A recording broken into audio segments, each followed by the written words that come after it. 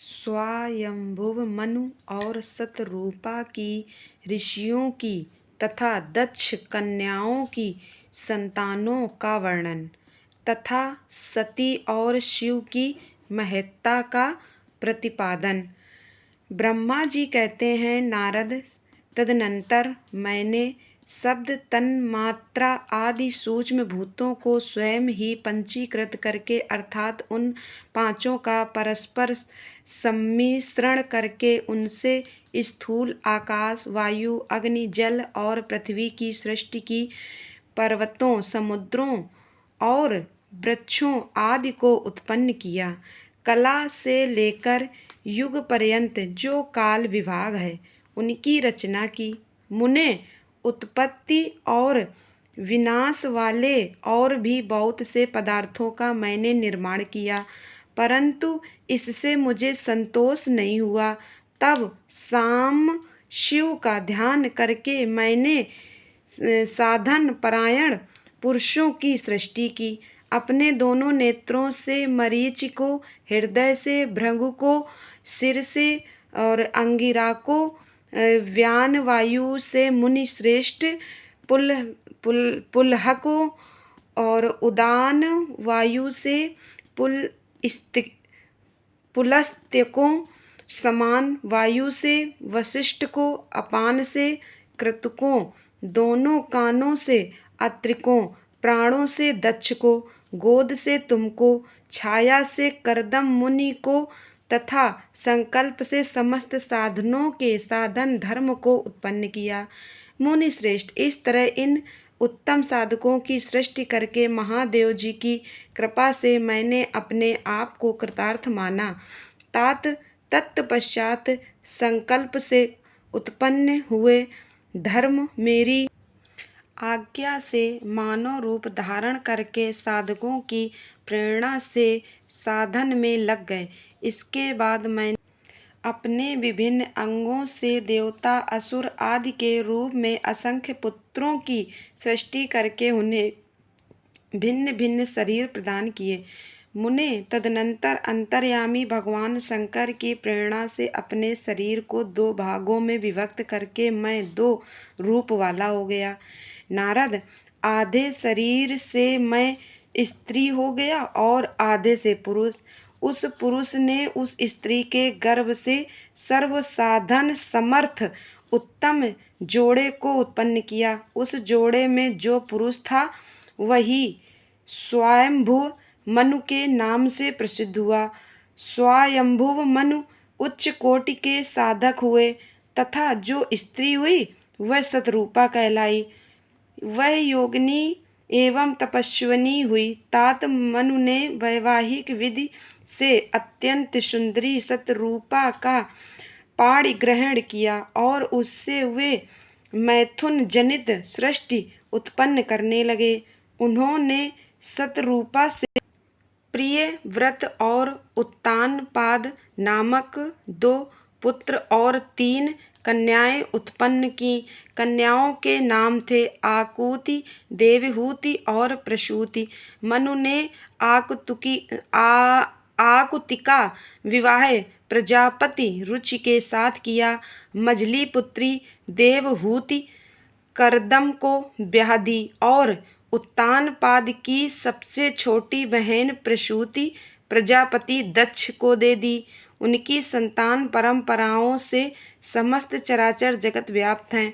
रुचि से आकुति के गर्भ से यज्ञ और दक्षिणा नामक स्त्री पुरुष का जोड़ा उत्पन्न हुआ। यज्ञ के दक्षिणा से 12 पुत्र हुए। मुने, करदम द्वारा देवहूति के गर्भ से बहुत सी पुत्रियां उत्पन्न हुईं। दक्ष के प्रसूति से 24 कन्याएं हुईं। उनमें से श्रद्धा आदि 13 कन्याओं का विवाह दक्ष ने धर्म के साथ कर दिया। मुनीश्वर, धर्म की उन पत्नियों के नाम सुनो: श्रद्धा, लक्ष्मी, धृति, तुष्टि, पुष्टि, मेधा, क्रिया, बुद्धि, लज्जा, वसु, शांति, सिद्धि और कीर्ति। ये सब 13 हैं। इनसे छोटी जो शेष 11 सुलोचना कन्याएं थीं उनके नाम इस प्रकार हैं: ख्याति, सती, संभूति, स्मृति, प्रीति, क्षमा, सन्नति, अनसूया, ऊर्जा, स्वाहा तथा स्वधा। भृगु, शिव, मरीचि, अंगिरा मुनि, पुलस्त्य, पुलह, मुनिश्रेष्ठ क्रतु, अत्रि, वशिष्ठ, अग्नि और पितरों ने क्रमशः इन ख्याति आदि कन्याओं का पाणी ग्रहण किया।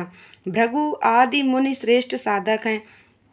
इनकी संतानों से चराचर प्राणियों सहित सारी त्रैलोकी भरी हुई है। इस प्रकार अंबिकापति महादेव जी की आज्ञा से अपने पूर्व कर्मों के अनुसार बहुत से प्राणी असंख्य श्रेष्ठ द्विजों के रूप में उत्पन्न हुए। कल्प भेद से दक्ष के 60 कन्याएं बताई गई हैं। उनमें से 10 कन्याओं का विवाह उन्होंने धर्म के साथ किया। 27 कन्याएं चंद्रमा को ब्याह दी और विधि पूर्वक 13 कन्याओं के हाथ दक्ष ने कश्यप के हाथ में दे दिए। नारद उन्होंने 4 कन्याएं श्रेष्ठ रूप वाले ताच्छर्य अरिष्टनेमि को ब्याह दी तथा भृगु, अंगिरा और कृशाश्व को 2 कन्याएं अर्पित की। उन स्त्रियों से उनके पतियों द्वारा बहुसंख्यक चराचर प्राणियों की उत्पत्ति हुई। मुनि श्रेष्ठ दक्ष ने महात्मा कश्यप को जिन 13 कन्याओं का विधि पूर्वक दान दिया था, उनकी संतानों से सारी त्रैलोकी व्याप्त है। स्थावर और जंगम कोई भी सृष्टि ऐसी नहीं है जो कश्यप की संतानों से शून्य हो। देवता, ऋषि, दैत्य, वृक्ष, पक्षी, पर्वत तथा तृण लता आदि सभी कश्यप पत्नियों से पैदा हुए हैं। इस प्रकार दक्ष कन्याओं की संतानों से सारा चराचर जगत व्याप्त है।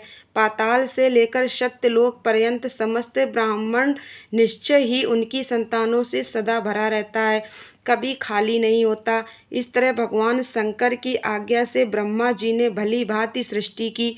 पूर्व काल में सर्वव्यापी शंभु ने जिन्हें तपस्या के लिए प्रकट किया था तथा रुद्रदेव ने त्रिशूल के अग्रभाग पर रखकर जिनकी सदा रक्षा की है, वे ही सती देवी लोक हित का कार्य संपादित करने के लिए दक्ष से प्रकट हुई थी। उन्होंने भक्तों के उद्धार के लिए अनेक लीलाएं की।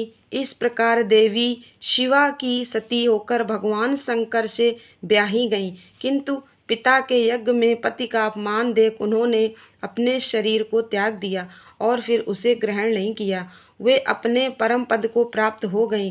फिर देवताओं की प्रार्थना से वे ही शिवा पार्वती रूप में प्रकट हुईं और बड़ी भारी तपस्या करके पुनः भगवान शिव को उन्होंने प्राप्त कर लिया।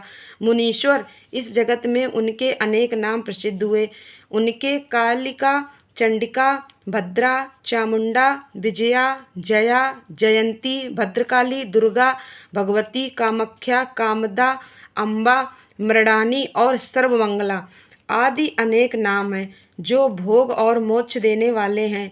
ये सभी नाम अनेक गुण और कर्मों के अनुसार हैं। मुनि श्रेष्ठ नारद, इस प्रकार मैंने सृष्टि क्रम का तुमसे वर्णन किया है। ब्रह्मांड का यह सारा भाग भगवान शिव की आज्ञा से मेरे द्वारा रचा गया है। भगवान शिव को परब्रह्मा परमात्मा कहा गया है। मैं, विष्णु तथा रुद्र, ये 3 देवता गुण भेद से उन्हीं के रूप बतलाए गए हैं। वे मनोरम शिवलोक में शिवा के साथ स्वच्छंद विहार करते हैं। भगवान शिव स्वतंत्र परमात्मा हैं, निर्गुण और सगुण भी वे ही हैं।